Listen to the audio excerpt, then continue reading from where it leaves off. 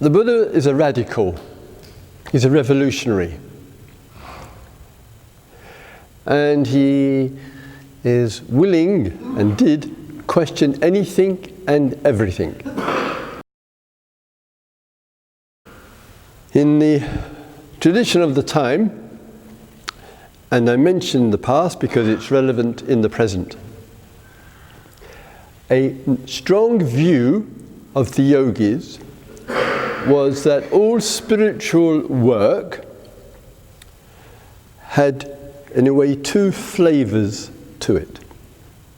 One was unity with Brahma. Brahma is the Sanskrit and the Pali word for God the Creator. So the yogis wished to achieve oneness with God. This was the whole purpose of the religious spiritual life. And the second, which went with it, especially in the yogi meditation tradition, was to realize one's true self, to find one's true self. And in finding one's true self, one was liberated, one was enlightened, and one had found one's authentic, higher self.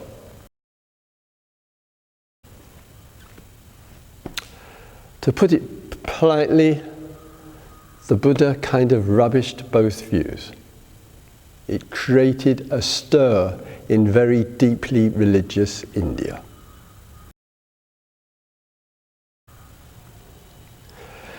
And with the first,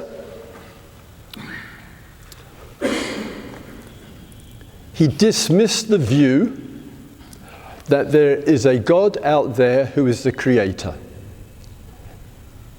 Essentially, there is no evidence for this. And if this God out there who is the creator loved us so much, why is there this appalling suffering on this earth? And he took the word Brahma, God, the divine, and moved its location. I regard it as a brilliant insight, from an external God out there, and referred to abiding with God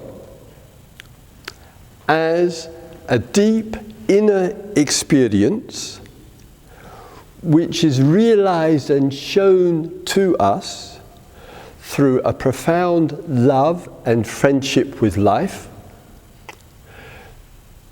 to compassion, which is the action to relieve and end the suffering of others,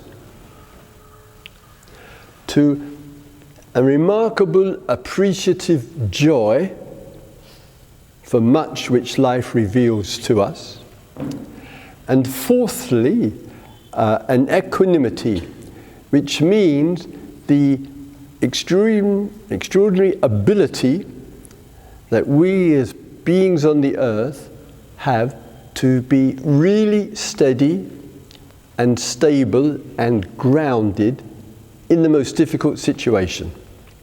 As he said, we can be like a mountain in a hurricane. We have that power.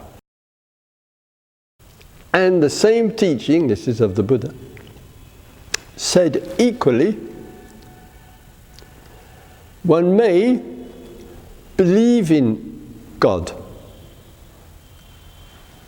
There is no problem in this tradition of those who sincerely and deeply believe in God, the Creator, God, Brahma, the Creator, or God, or Allah, or Jehovah, if it reveals love and friendship. There's a simple question on this point. Who on earth is saying, aha, I have found my true self? Or I have inside of me my false self, my problematic self, my difficult self, and I have inside of me my true self. Who is making this division? Is the one who is making this division, is that the true self talking or the false self talking? Problem. And if one decides, oh, that's my true self talking, and it's not my false self, who is the one who is deciding this? Or if it's, oh, no, it's just my false self, I'm just caught up in dualism. Oh, if I'm caught up in dualism, who is deciding this dualism? Problem.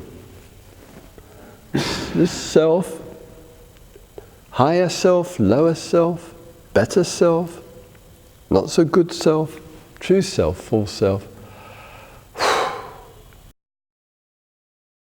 He said, human beings, I'm putting it in contemporary language, are concerned with the self and in two directions. One direction is the building up of oneself, self-importance, accumulation for the self.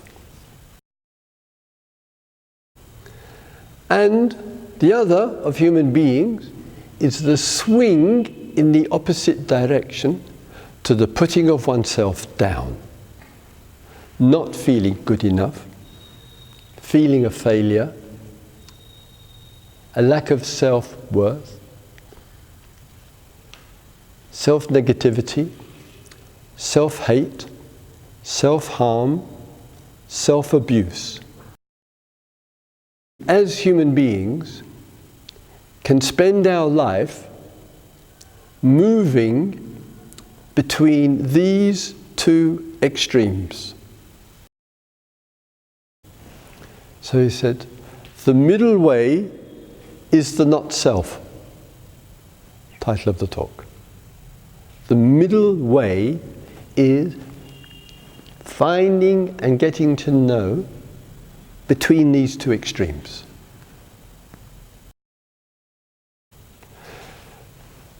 Mindfulness practice, in summary,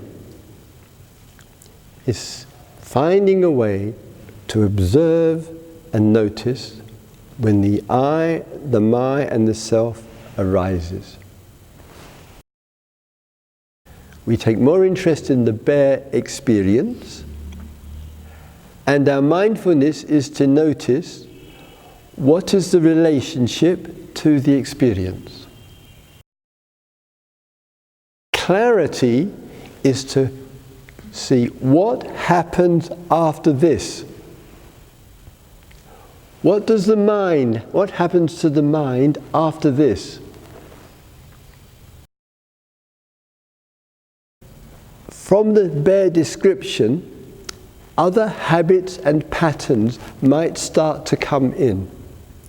Those other habits and patterns which start to come in can make a mess of your life and the mess of the life of people you communicate with. And all of that expresses a middle way which is not about putting ourselves down or trying to build ourselves up. The middle way is the liberating way for us. And out of that comes a lot of happiness and joy, and kindness and empathy, and much more.